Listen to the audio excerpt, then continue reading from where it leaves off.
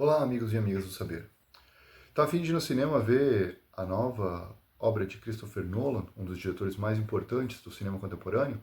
Então, esse é um filme que exige, entre outras coisas, uma espécie de dever de casa para você não se sentir perdido no cinema acompanhando essa história. Então, vem comigo que eu vou te contar tudo o que você precisa saber sobre Ilíada e Odisseia para você chegar no cinema pronto para ter a melhor experiência possível. Então, a primeira coisa que a gente precisa saber é sobre a Guerra de Troia. Então, a Odisseia é uma continuação, ela não é a primeira parte, ela seria como se fosse a segunda parte, a continuação do livro anterior, a Ilíada, de Homero, tá? E sobre isso, então, que a gente precisa saber, tá? Que os protagonistas mudam, é uma história que, por ser escrita em versos e ter inúmeros personagens, ela é difícil de acompanhar para quem não tem uma certa bagagem. Então é um livro que não é simples, tá? Ele exige bastante conhecimento prévio do leitor sobre o contexto da época. Então eu vou tentar resumir nesse vídeo aqui e fazer um apanhado dos principais pontos. Então, ponto número 1, por que acontece a guerra? Tá? Então, esse talvez seja o ponto mais conhecido aí, que é o sequestro ou o rapto de Helena por Paris. Então, Paris é um troiano, ele vai para a Grécia, ele é hospedado pelo marido de Helena, Menelau, e ele então seduz a mulher do Menelau e leva ela para Troia. Troia ficava onde hoje seria uma parte da território da Turquia, mas naquela época então se constituía no parte do mundo grego, do mar Egeu ali, estava tudo muito próximo porque as pessoas navegavam para se deslocar de um lugar para o outro mais do que iam por estradas de terra. Tá? Então, esse é o primeiro elemento que a gente precisa saber. Por que aconteceu a guerra? Por causa aí de um sequestro, de uma traição, e isso fez com que então o irmão de Menelau, que era chefe do exército grego, reunisse suas tropas e partisse então para a famosa Guerra de Troia. Tá? O segundo elemento que a gente precisa ter em mente aí é saber por que todos os gregos resolveram ir para essa guerra ali, em vez de deixar o cara se virar lá, perdeu a mulher, azar o dele, marcou bobeira, ele que se vire para resolver os problemas domésticos dele. Mas não era um problema doméstico porque Helena era considerada assim, ela é uma mulher icônica na literatura e ela também, para alguns autores, é vista como sendo uma das filhas de Zeus e também era a mulher mais bonita daquela época. Então era como se fosse um símbolo da, da época e todos os reis gregos, houve um concurso para escolher quem seria o marido de Helena, então houveram vários pretendentes. E esses pretendentes fizeram um juramento de que se algo ocorresse com essa mulher, eles se reuniriam aí para então atacar o agressor. Então é um pacto que havia entre eles. Outro elemento que antecede aí esse sequestro é que a participação dos deuses na história. Então, Paris, o troiano, antes de ir para lá, ele estava de certa forma predestinado, foi honrado com esse prêmio de ter a mulher mais linda do mundo sendo sua companheira. Então, teria ocorrido então um jantar, uma competição entre as deusas, e isso é marcado então pela disputa entre as deusas Hera, Afrodite e Atena, que competiram para ver quem seria a mulher mais bela do mundo, deveria receber uma maçã de ouro, um pomo dourado. Tá? E por algum motivo, o escolhido para fazer ser o jurado dessa competição foi Paris, que participou então dessa reunião. E Paris, então, escolheu Afrodite. E por ter escolhido Afrodite, ela o premiou então com o amor da mulher mais bela do mundo. Então, antes mesmo da guerra começar, já tem ali profecias, oráculos e divindades tramando que querem de alguma forma que essa guerra ocorra e depois que ela se desenvolva no próprio campo de batalha. Zeus procura não tomar partido, mas a a incitação, o motivo de ir à guerra, então Atenas vai estar do lado dos troianos, dos gregos, enquanto que Afrodite do lado dos troianos.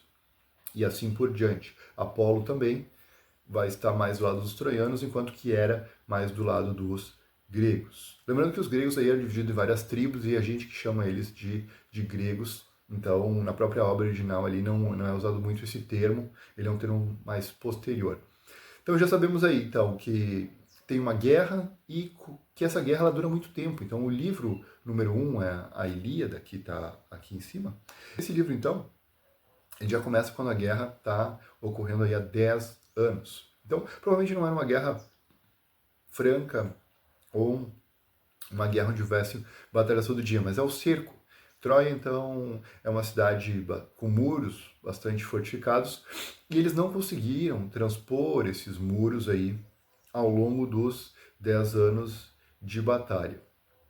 Então, quando a Ilíada começa, ela não está especificamente concentrada na relação entre Helena e Menelau ou Paris. Mas o ponto inicial da narrativa é a fúria, então, de Aquiles, um dos heróis gregos, contra Agamemnon, que seria o seu general. Então é uma disputa de poder entre o soldado de elite e o general do exército grego que querem o prêmio da batalha ali, que era uma sacerdotisa que tinha sido tomada por Aquiles e que Agamemnon, então, reivindica que a sacerdotisa aí seja utilizada, ou seja, tomada por ele como uma parte do prêmio. Então eles entram em uma disputa e o livro então se estende aí contando as incursões dos gregos.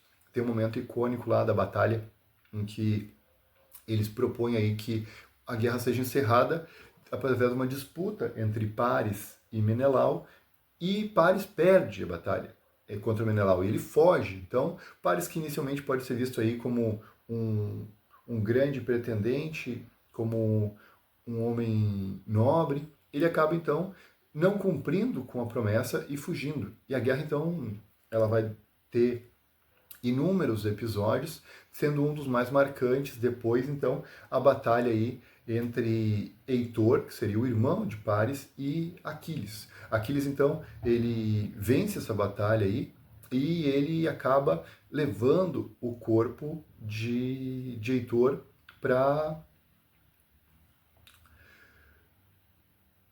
vilipendiar o cadáver, tá? E o motivo dele ter querido se vingar de Heitor, então, é porque o seu amigo, o seu subordinado, seu primo, depende da versão ali, foi morto por Heitor em campo de batalha. Então, o Aquiles resolve se vingar. Então, essa guerra ela transcorre aí com inúmeras batalhas e depois disso o pai de Heitor resolve ir lá pedir, implorar o cadáver. Então, depois de muitos anos, já desse 10º ano aí que a gente vê as incursões entre idas e vindas, que se chega a uma espécie de impasse. Então, por estar exauridos, os exércitos gregos fazem uma manobra ali, que é simular que eles vão abandonar o campo de batalha e se retirar da guerra. Tá? Então que o Ulisses, o protagonista daí do livro seguinte, da Odisseia, ele faz a artimanha de sugerir a criação do cavalo de Troia, e esse cavalo então é deixado na praia lá como uma espécie de oferenda dos gregos para Poseidon, que é, segundo a mitologia, o criador, o inventor dos cavalos, para que eles tivessem uma boa navegação e pudessem seguir em frente. É esse, então, quando os troianos veem aquela oferenda, eles levam ela para dentro e, como vocês já devem saber, ela está cheia aí de soldados gregos que estavam camuflados. E eles saem, então, de dentro do cavalo, abrem as portas e aí, então, finalmente, os exércitos gregos entram na cidade de Troia e dizimam a cidade completamente, tomando como prisioneiras as mulheres e regressando para casa. É mais ou menos então nesse momento aí do regresso que inicia a Odisseia. Então, muitos dos heróis gregos conseguem retornar a casa, mas por decisão aí das divindades e por cumprir profecias, o Odisseu, ou também chamado de Ulisses, ele acaba se perdendo e vai ter aí a narrativa que a gente vai provavelmente ver no filme, tendo alguns flashbacks, onde então ele e seus companheiros se veem à deriva, perdidos em diversas aventuras, migrando ou naufragando de ilha em ilha até finalmente conseguir retornar à sua terra natal. E a Odisseia, ela vai começar então não com o Ulisses, ou Odisseu, retornando já para sua residência, mas com um apanhado de tudo que aconteceu na Guerra de Troia, dos três primeiros capítulos, então, são chamados aí de telemaquia, que vai contar então através do olhar de Telêmaco, que é filho de Odisseu, como ocorreu aí os últimos acontecimentos da Guerra de Troia. Ele visita Menelau e Helena, que já regressaram, descobre então que Agamenon foi assassinado pela sua esposa Clitemnestra quando retornou à casa como vingança. E isso então mostra que no início da Odisseia a gente vai saber como a Ilíada termina, que a Ilíada termina de forma um pouco abrupta, mas no início da Odisseia então são narrados os fatos que vão mostrar como se concluiu a guerra, e a Odisseia então começa com o filho buscando o pai. Tem esses primeiros episódios aí antes de mostrar propriamente a jornada de retorno, de regresso de Ulisses para casa, que vem sendo aguardado então pelo seu filho, que já é um homem adulto, e quando ele partiu ainda nem tinha nascido, então eles não chegaram a se conhecer, então o filho não conhece o pai ainda, mas ele é aguardado então também pela sua fiel esposa Penélope, que vem sendo assediada aí por diversos pretendentes que querem tomar o trono e governar Ítaca, e acredita então que Ulisses não retornará. Então a gente aguarda aí o lançamento desse filme para poder ver como essa história foi recontada aí mais uma vez pelo Christopher Nolan e já envolto em várias polêmicas relacionadas principalmente ao casting, ao elenco, tá?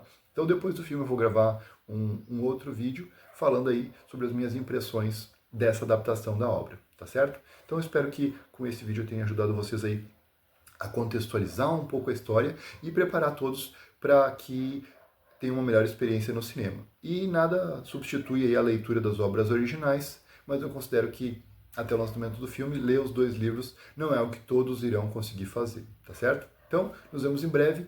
Até mais. Sigam aí curtindo o canal e compartilhem esse vídeo se vocês gostaram dele, tá bom? Até mais.